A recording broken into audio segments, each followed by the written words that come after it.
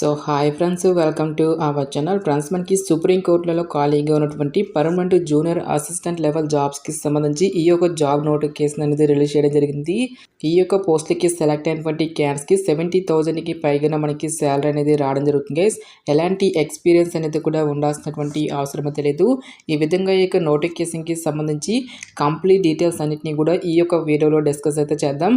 So ఎవరు కూడా skip అయితే చేయదు గైస్. ఫస్ట్ టైం మన ఛానల్ని విజిట్ చేస్తున్నట్టయితే కనుక సబ్స్క్రైబ్ అయితే చేసుకుని బెల్ ఐకాన్ కూడా యాక్టివేట్ చేసి పెట్టుకోండి. ఇంకా ఎవరైనా వీడియోని లైక్ చేయనట్టయితే కనుక డెఫినెట్గా వీడియోని లైక్ చేసేటువంటి ప్రయత్నం అయితే చేయండి guys. Okay, let's start the video. Friends, ఈ యొక్క పోస్ట్లకి సంబంధించి ఇంపార్టెంట్ డేట్స్ విషయానికి వచ్చేట్లయితే కనుక ఇవాటి నుంచి కూడా మనకి అప్లికేషన్ ప్రాసెస్ అనేది స్టార్ట్ కావడం జరిగింది. ఇక లాస్ట్ డేట్ విషయానికి వచ్చేట్లయితే కనుక మార్చి 8 వరకు కూడా ఈ యొక్క రిక్రూట్మెంట్కి ఆన్లైన్లో అప్లికేషన్స్ అనేవి సబ్మిట్ అయితే చేసుకోవాల్సి అయితే ఉంటుంది.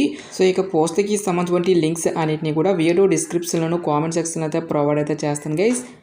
నెక్స్ట్, ఈ యొక్క వేకెన్సీస్కి ఎవరెవరు అప్లై చేసుకోవచ్చు అని చూసుకున్నట్టయితే కనుక ఆల్ ఇండియా నేషనల్ సిటిజన్స్ అందరికీ కూడా మనకి ఈక్వల్ ఛాన్సెస్ అనేవి ఇవ్వడం జరిగింది.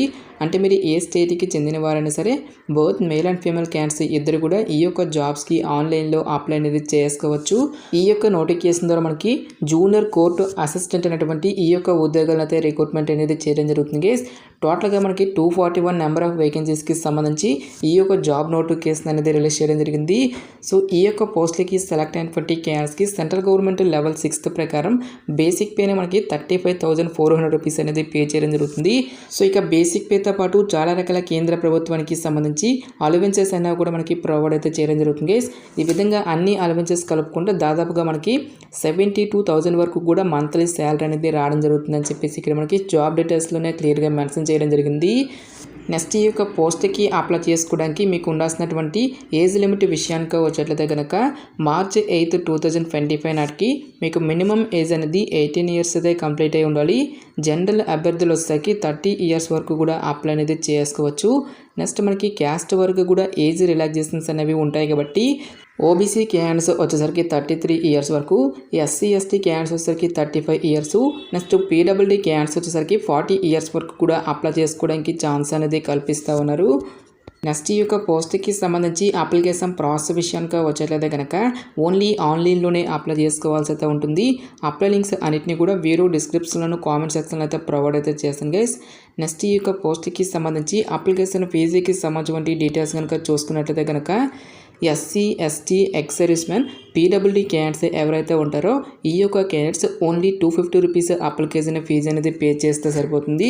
సో రిమైనింగ్ కేటగిరీకి చెందినటువంటి జనరల్ ఓబీసీ క్యాండిడేట్స్ అందరూ కూడా 1000 రూపీస్ అప్లికేషన్ ఫీజు అనేది మీరు ఆన్లైన్లో పే చేయాల్సి అయితే ఉంటుంది.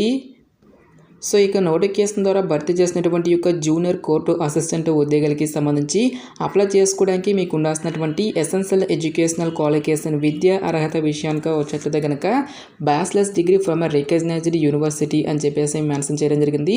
సో మీరు ఏదైనా ఒక విభాగంలో మీరు బ్యాచిలర్స్ డిగ్రీ అనేది కంప్లీట్ చేస్తే సరిపోతుంది గైస్. ఈ యొక్క జాబ్స్కి మీరు అప్లై అనేది చేసుకోవచ్చు. సో మీరు ఏ విభాగంలో పాస్ అయినా సరే అప్లై అనేది చేసుకోవచ్చు. సో మీరు బీకామ్ చేసినా, బీఎస్సీ చేసినా, బీటెక్ చేసినా సరే ఈ యొక్క జాబ్స్కి మీరు అప్లై అనేది చేసుకోవచ్చు. సో దీంతో పాటుగా మనకి టైపింగ్కి సంబంధించిన స్కిల్స్ అయినా కూడా మనకి అడగడం జరుగుతుంది guys. At least 35 words per minute టైపింగ్కి సంబంధించిన స్కిల్స్ అయినా మీకు ఉండాల్సి అయితే ఉంటుంది. నెక్స్ట్, మనకి కంప్యూటర్ అప్లికేషన్కి సంబంధించిన నాలెడ్జ్ అనేది కూడా మీకు ఉండాలి అని చెప్పేసి ఇక్కడ మనకి రిక్రూట్మెంట్ నోటిఫికేషన్లోనే క్లియర్గా మెన్షన్ చేయడం జరిగింది. ఎలాంటి ఎక్స్పీరియన్స్ కానీ ఎటువంటి ఎక్స్ట్రా సర్టిఫికేట్స్ అంటూ కూడా మనకి ఏమీ కూడా ఉండాల్సినటువంటి అవసరం అయితే లేదు గైస్. జస్ట్ మీ వద్ద యొక్క క్వాలిఫికేషన్ అనేది ఉంటే సరిపోతుంది. ఈ యొక్క జాబ్స్కి మనము అప్లై అనేది చేసుకోవచ్చు. నెక్స్ట్, ఈ యొక్క పోస్ట్కి సంబంధించి సెలక్షన్ ప్రాసెస్ అనేది ఏ విధంగా ఉంటుంది అని చూసుకున్నట్లయితే కనుక కేవలం మనకి ఒకే ఒక రిటర్న్ ఎగ్జామినేషన్ ద్వారా ఈ యొక్క వేకెన్సీస్కి సంబంధించి సెలక్షన్ అనేది కంప్లీట్ అయితే చేయడం జరుగుతుంది. ఎటువంటి ప్రిలిమ్స్ కానీ ఎటువంటి మెయిన్స్ అంటూ కూడా మనకి ఏమి కూడా కండక్ట్ అయితే చేయరు గైస్. కేవలం మనకి ఒకే ఒక రిటర్న్ ఎగ్జామినేషన్ అనేది కండక్ట్ చేయడం జరుగుతుంది. సో ఈ యొక్క ఎగ్జామినేషన్ అనేది కూడా టోటల్గా 2 hours పాటు కూడా కండక్ట్ చేయడం జరుగుతుంది. 100 మల్టిపుల్ చాయిస్ క్వశ్చన్స్కి సంబంధించి ఈ యొక్క ఎగ్జామినేషన్ అనేది కండక్ట్ చేయడం జరుగుతుంది గైస్. సిలబస్ విషయానికి వచ్చేట్లయితే కనుక 50 మల్టిపుల్ చాయిస్ క్వశ్చన్స్ అనేవి మనకి జనరల్ ఇంగ్లీష్కి రిలేటెడ్గాను, 25 మల్టిపుల్ చాయిస్ క్వశ్చన్స్ అనేవి మనకి జనరల్ యాప్టిట్యూడ్ నుంచి, మిగిలినటువంటి యొక్క 25 మార్క్స్ అనేవి మనకి జనరల్ నాలెడ్జ్ నుంచి అయితే ఇక క్వశ్చన్స్ అనేవి అడగడం జరుగుతుంది గైస్. నెక్స్ట్ కంప్యూటర్ నాలెడ్జ్కి సంబంధించిన టెస్ట్ అనేది కూడా ఉంటుంది గైస్. టోటల్గా మనకి 25 మల్టిపుల్ చాయిస్ క్వశ్చన్స్ అనేవి అడగడం జరుగుతుంది. ఎవరైతే రిటర్న్ ఎగ్జామినేషన్ని క్లియర్ చేసినటువంటి క్యాండిడేట్స్కి ఫర్దర్గా మనకి టైపింగ్కి సంబంధించిన స్కిల్ టెస్ట్తో పాటుగా డిస్క్రిప్టివ్ టెస్ట్ అనేది కూడా కండక్ట్ చేయడం జరుగుతుంది. సో స్కిల్ టెస్ట్ అనేది మనకి టోటల్గా 10 మినిట్స్ పాటు కూడా కండక్ట్ చేయడం జరుగుతుంది. ఎవరైతే స్కిల్ టెస్ట్ని క్లియర్ చేసినటువంటి క్యాండిడేట్స్కి ఫర్దర్గా మనకి డిస్క్రిప్టివ్ టెస్ట్లో comprehension passage, precis writing and essay రైటింగ్కి సంబంధించి మరొక టెస్ట్ అనేది కూడా కండక్ట్ చేయడం జరుగుతుంది. సో ఈ యొక్క టెస్ట్ అనేది కూడా మనకి టోటల్గా 2 అవర్స్ పాటు కూడా కండక్ట్ చేయడం జరుగుతుంది guys. Only English and Hindi లాంగ్వేజ్లో మాత్రమే మనకి ఈ యొక్క క్వశ్చన్స్ అనేవి రావడం జరుగుతుంది. ఈచ్ వన్ కరెక్ట్ ఆన్సర్కి మనకి 1 మార్క్ అనేది కేటాయిస్తారు. నెక్స్ట్ మనకి నెగిటివ్ మార్కింగ్ అనేది కూడా ఉంటుంది అని చెప్పేసి ఇక్కడ మనకి జాబ్ డీటెయిల్స్లోనే క్లియర్గా మెన్షన్ చేయడం జరిగింది. సో ఇక స్కిల్ టెస్ట్ అనేది మనకి జస్ట్ క్వాలిఫై నేచర్లో మాత్రమే ఉంటుంది గైస్. ఫైనల్ మెరిట్ అనేది మాత్రం ఓన్లీ రిటర్న్ ఎగ్జామినేషన్లో వచ్చేటువంటి మార్క్స్ని బేస్ చేసుకుని అభ్యర్థులను అయితే షార్ట్ లిస్ట్ అయితే చేయడం జరుగుతుంది. ఎవరైతే ఈ యొక్క డిస్క్రిప్టివ్ టెస్ట్ని కూడా క్లియర్ చేసినటువంటి క్యాండిడేట్స్కి ఫర్దర్గా మనకి ఇంటర్వ్యూ అనేది కండక్ట్ చేసేసి ఈ యొక్క వేకెన్సీస్కి ఎంపిక అనేది చేయడం జరుగుతుంది. నెక్స్ట్ ఎగ్జామినేషన్ సెంటర్స్కి సంబంధించిన డీటెయిల్స్ కనుక చూసుకున్నట్లయితే కనుక ఆంధ్రప్రదేశ్ అభ్యర్థులకు వచ్చేసరికి అనంతపూర్, గుంటూరు, కర్నూలు, నెల్లూరు, రాజమండ్రి, తిరుపతి, విజయవాడ, విశాఖపట్నం అనేటువంటి ఈ యొక్క లొకేషన్స్లో మనకి ఎగ్జామినేషన్స్ అనేవి కండక్ట్ చేయడం జరుగుతుంది.